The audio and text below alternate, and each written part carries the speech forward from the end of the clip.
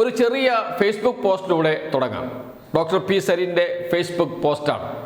അതിനു മുമ്പ് യൂട്യൂബറായ രാജൻ ജോസഫിനെ പോലീസ് അറസ്റ്റ് ചെയ്യുന്നുണ്ട്. സീനാദേവി കുഞ്ഞമ്മയുടെ പരാതിയെ തുടർന്നാണ് അറസ്റ്റ്. അതുമായി ബന്ധപ്പെട്ടുള്ള ഒരു ഫേസ്ബുക്ക് പോസ്റ്റാണ്. തുടങ്ങുന്നത് ഇങ്ങനെയാണ്, കൊട്ടേഷനിലാണ്.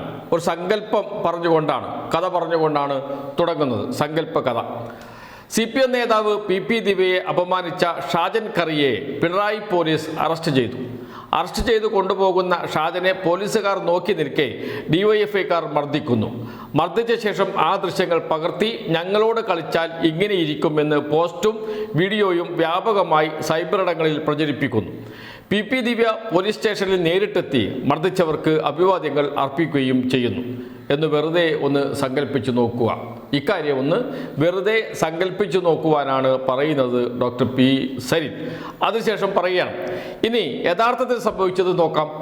PP ദിവ്യ എന്നത് ശ്രീനാദേവി കുഞ്ഞമ്മ എന്നും ഷാജൻ കറിയ എന്നത് രാജൻ ജോസഫ് എന്നും DYFI എന്നത് യൂത്ത് കോൺഗ്രസ് എന്നും തിരുത്തി വായിക്കുക. ബ്രേക്കിംഗ് ന്യൂസ് ഇല്ല, ഓൺലൈൻ കുത്തിത്തിരിപ്പ് വാർത്തയില്ല, അച്ചടി മാധ്യമങ്ങൾ അറിഞ്ഞിട്ടില്ല, കേരളത്തെ ഓൺലൈനായി താങ്ങി നിർത്തുന്നവരുടെ അപലപിക്കലില്ല, നിങ്ങളാരും അറിഞ്ഞിട്ട് പോലുമില്ല. കേരളത്തിൻ്റെ മുഖ്യമന്ത്രിയും ആഭ്യന്തരമന്ത്രിയും അതിൻ്റെ പോലീസും ഈ പുതുയുഗത്തിൽ ഇങ്ങനെ താലോലിക്കപ്പെടും എന്നറിഞ്ഞിരിക്കുക. ഈ അറിവിൽ നിന്നാണ് നമ്മുടെ പൊതുസമൂഹത്തിന് നമുക്കിനി തിരിച്ചറിവ് പകരാനുള്ളത് എന്ന് പറഞ്ഞ് പോസ്റ്റ് അവസാനിപ്പിക്കുകയാണ്. അടൂരിൽ നടന്ന സംഭവത്തെക്കുറിച്ചാണ് പോസ്റ്റ്. രാജൻ ജോസഫ് എന്ന യൂട്യൂബർക്കെതിരെ കോൺഗ്രസ് നേതാവായ സീനാദേവി കുഞ്ഞമ്മ പരാതി കൊടുക്കുന്നു. ആ പരാതിയെ തുടർന്ന് രാജൻ ജോസഫിനെ അറസ്റ്റ് ചെയ്ത് പോലീസ് സ്റ്റേഷനിലേക്ക് കൊണ്ടുപോകുന്നു. അപ്പോഴാണ് ഒരു കൂട്ടം യൂത്ത് കോൺഗ്രസ് പ്രവർത്തകർ, എന്ന് വെച്ചാൽ രാഹുൽ മാങ്കൂട്ടത്തിലിൻ്റെ ഏറ്റവും അടുത്ത അനുയായികൾ അടങ്ങുന്ന കൂട്ടമാണ്, ഫെന്നി നൈനാൻ അടക്കമുള്ളവർ 20ഓളം പേർ ചാടി വീഴുന്നു. പോലീസിനെ മാറ്റി നിർത്തി രാജൻ ജോസഫിനെ ആക്രമിക്കാൻ ശ്രമിക്കുന്നു. പോലീസുകാരന് പരിക്ക് പറ്റുന്നു.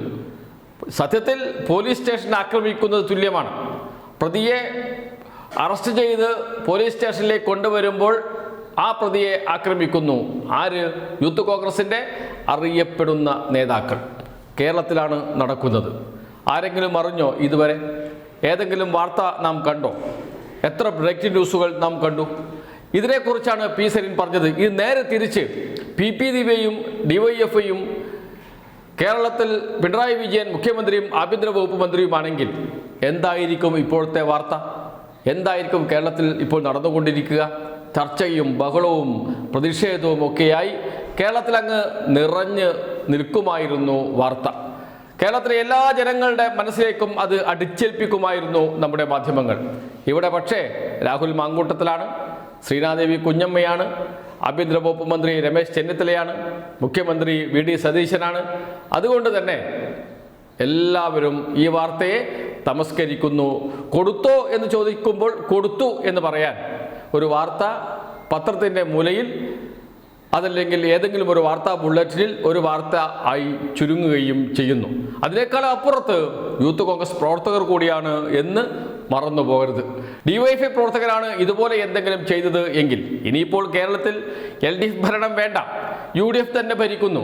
ഇതേ ഭരണത്തിന് കീഴിൽ DYFI പ്രവർത്തകർ ഒരു DYFI പ്രവർത്തകനെ അറസ്റ്റ് ചെയ്ത് കൊണ്ടുപോകുമ്പോഴാണ് ഇത്തരമൊരു സംഭവം നടത്തിയത് എങ്കിൽ അത് എന്തൊരു വാർത്തയായി മാറുമായിരുന്നു.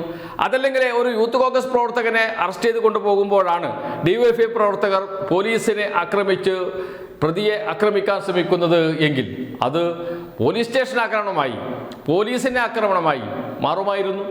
ഇവിടെ ഒരു പോലീസുകാരന് പരിക്ക് പറ്റി അദ്ദേഹം ആശുപത്രിയിൽ കഴിയുകയാണ്. എന്നിട്ട് പോലും നമ്മുടെ മാധ്യമങ്ങൾ എന്തു കരുതലാണ് യൂത്ത് കോൺഗ്രസ് നൽകുന്നത്, രാഹുൽ മാങ്കൂട്ടത്തിന് നൽകുന്നത്? ആലോചിച്ച് നോക്കണം. ഇതാണ് കേരളം, ഇതാണ് കേരളത്തിലെ മാധ്യമ രീതി.